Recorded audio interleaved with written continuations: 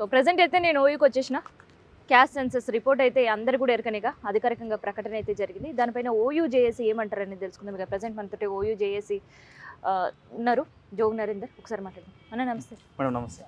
ఏంది చాలా సంవత్సరాల నుంచి క్యాస్ట్ సెన్సస్ ఏం జరిగిందో ఎవరికి ఎరకలేదు. మొన్న అధికారికంగా అయితే ఒక రిపోర్ట్ అయితే బయటకు వెళ్ళింది. ఏమంటారు రిపోర్ట్ మీద?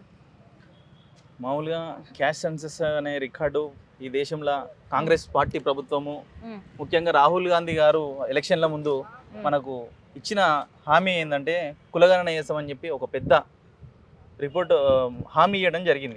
కామారెడ్డి డిక్లరేషన్ అనేది చేసిండ్రు, అది ఎరకనే. సో రిపోర్ట్ ఏమనిపిస్తుంది చూస్తే మీకు? అయితే ఈ కామారెడ్డి డిక్లరేషన్ కానీ ఈ హడావుడి కానీ ఇవన్నీ చూసిన తర్వాతకి నిజంగా అసలు ఈ తెలంగాణ ప్రజల జనాభా లెక్కలు, ఏ కులాలు ఎన్ని ఉన్నాయి, ఎన్ని వర్గాలు ఉన్నాయి అని చెప్పి నిజంగా ఒక రిపోర్ట్ మనకు ఒక ఎక్స్రే తీసినట్టు రిపోర్ట్ మనకు వస్తుంది అనుకున్నాము. కాకపోతే ఎక్స్రే కాదు కదా, అసలు జిరాక్స్ సీట్ రాలేదని చెప్పి నా ఒపీనియన్ అని కూడా నేను ఈ సందర్భంగా తెలియజేస్తున్నాను. ఏమిటి కట్లా దాదాపు 45 రోజులు చేసిర్రు, 150 కోట్లు ఖర్చు పెట్టిండ్రు, ఆఖరికి జిరాక్స్ కాగితం కూడా కాదంటారు ఏందే? ముఖ్యంగా మేము కూడా కాంగ్రెస్ పార్టీకి మద్దతుగానే ఉంటాము, కాంగ్రెస్ పార్టీతోటే ఉన్నాము. కానీ అయినా సరే ప్రభుత్వంలో ఎన్నో ఒక దగ్గర లోపం జరిగిందని స్పష్టంగా కనిపిస్తుంది. ఎందుకంటే పాత లెక్కల్లో ఎప్పుడైతే ఉన్నాయో 20 లక్షలు తక్కువ చూపిస్తారు ఇప్పుడు. అంటే 20 లక్షల మంది చచ్చిపోయినట్టు అని చెప్పి కూడా ఈ రోజు ఈ సమాజం అంతా కూడా ప్రశ్నిస్తుంది. 20 లక్షల మంది బీసీలు ఎక్కడ పోయారు? జనాభా పెరగాలి కానీ తగ్గుడైంది. అసలుకి మనం చైనానే దాటేసిపోతున్నాము. అటువంటిది ఇంత పెద్ద రాష్ట్రం, ఇంత డెవలప్ అయిన రాష్ట్రం తెలంగాణ. సో ఈ తెలంగాణలో ఇంకా ఎక్కువ జనాభా పెరగాలి. కాకపోతే అసలు ఆ రిపోర్ట్ అంతా ఇట చూసినట్టయితే అదేదో పెద్ద ఎత్తున దాంట్లో తప్పిదాలు ఉన్నాయి. కొంతమంది కుట్రపూరితంగా అగ్రవర్ణ అధికారులు, అగ్రవర్ణ నాయకులు కొంచెం కుట్ర చేసిరని చెప్పి ఈ సందర్భంగా మాకు అనిపిస్తుంది. మాకే కాదు, కాంగ్రెస్ పార్టీలో ఉన్న ప్రతి ఒక్కరికి, కాంగ్రెస్ పార్టీ ప్రతిపక్షంలో ఉన్న వాళ్ళకు అందరికీ, బీసీలకు, ఎస్సీ ఎస్టీ ప్రజలకు అందరికీ దీని మీద ఎన్నో అనుమానాలు కలుగుతున్నాయి. సో కాబట్టి తెలంగాణ ప్రజలు ఎవరు కానీ ఈ కులగణన రిపోర్ట్ని స్వాగతిస్తలేరు, దాన్ని యాక్సెప్ట్ చేస్తలేరు అని కూడా నేను ఈ సందర్భంగా తెలియజేస్తున్నాను. మనం కొట్లాడి తెచ్చుకున్నాం తెలంగాణ. ఎస్ మేడం, ఉద్యోగుల కోసమే. ఇంకా మనం అశోక్ నగర్ చౌరస్తాకు పోతే మనం ఎంతగానం సంపాదించిన ఉద్యోగాలు అందరు కూడా ఎరకనే గత 10 సంవత్సరాలు. మరి ఇదే రిపోర్ట్ ఆధారంగా ఉద్యోగ నియామకాలు చేసి నింపితే ఏంది పరిస్థితి? లేదు మేడం, దీని మీద ఆల్రెడీ ప్రభుత్వం గిట్ట పునరాలోచిస్తుందని చెప్పి కూడా మేము ఈ విధంగా భావిస్తున్నాము. సో కాబట్టి ఆల్రెడీ 2011లో మనకు జనాభా లెక్కలు అనేవి జరిగినాయి. సో తప్పిదాలు జరిగినాయి కాబట్టి నాకు తెలిసి ప్రభుత్వం వీటిపైన డిసిషన్ తీసుకుంటుందని చెప్పి కూడా నేను భావిస్తలేను. ఇంకొక సంవత్సరం అయితే ఈలోపు దేశం మొత్తం గణాంకాలు మళ్ళీ ఇంకోసారి బయటకు తీస్తారు. సో దాన్ని బేస్ చేసుకుని ఉద్యోగాలు కానీ అవే ఇస్తారు. సో ఏది చేసినా సరే ప్రజల నుంచి, పార్టీ నుంచి, అనేక ప్రజా సంఘాల నుంచి రిపోర్ట్ అనేది తీసుకుంటారు, అసలు ఏంది అనేసి. సో తప్పకుండా ఈ రిపోర్ట్ని గిట్ట భావిస్తారు. సో ఈ జరిగిన సర్వేలో ఎన్నో అవకతవకలు జరిగినాయి. కొంతమంది అగ్రవర్ణ అధికారులు కావాలని చెప్పి ఈ అణిచివేత గుర కాబట్ట కులాలను, ముఖ్యంగా బీసీలు ఈరోజు ఏ పార్టీలో అయినా సరే నాయకత్వం మంచిగా వస్తుంది, వీళ్ళు అడుగుతారు 50% మేము ఉన్నామని చెప్పి ఇది ఒక వాతావరణాన్ని కొంచెం బ్యాక్పుల్ చేయడానికి మరి ఈరోజు 47%, 43% చూపించడం జరిగింది.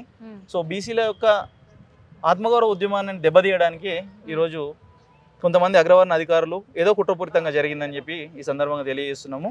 అయితే ఈ సందర్భంగా నేను ఇంకొక మాట కూడా యాద్ చేస్తాను. తీన్మార్ మల్లన్న మేడం ఏకంగా సర్వే రిపోర్ట్ పైన ఏమేమి మాటలు మాట్లాడుతున్నారో మీకు కూడా ఎరకనే. ఏకంగా పబ్లిక్ లా కాల్ చేసిన పరిస్థితి అధికారిక రిపోర్ట్. ఇప్పుడు మామూలుగా కడుపు నొచ్చినోనికి బాధ తెలుస్తుంది మేడం.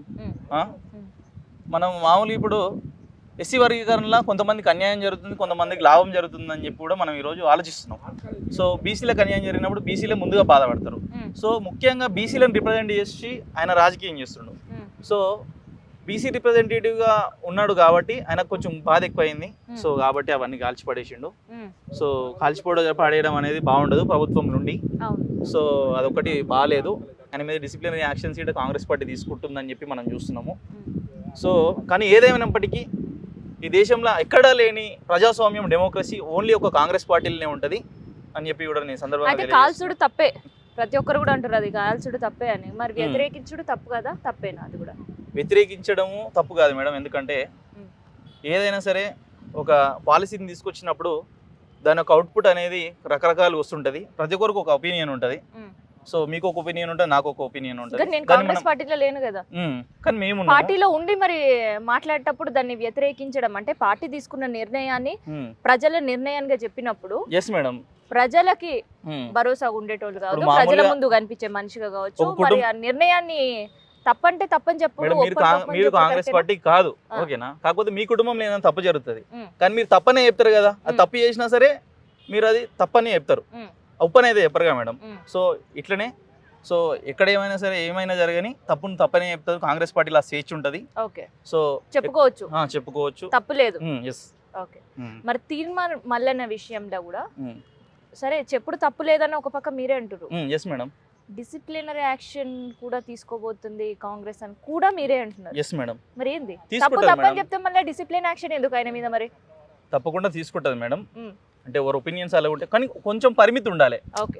వ్యతిరేకించడం తప్పలేదు, ఉమ్. కానీ తగలబెట్టడం ఇవన్నీ కూడా తప్పని చెప్పి కూడా నేను ఈ సందర్భంగా తెలియజేస్తాను. అంటే ఒక బౌండరీ క్రాస్ చేయొద్దు, అది అంతే కదా మేడం. ఇన్సైడ్ ఆఫ్ బౌండరీ చేయాలి. అది. ఓకే. సో ఎండ్గా ఉమ్.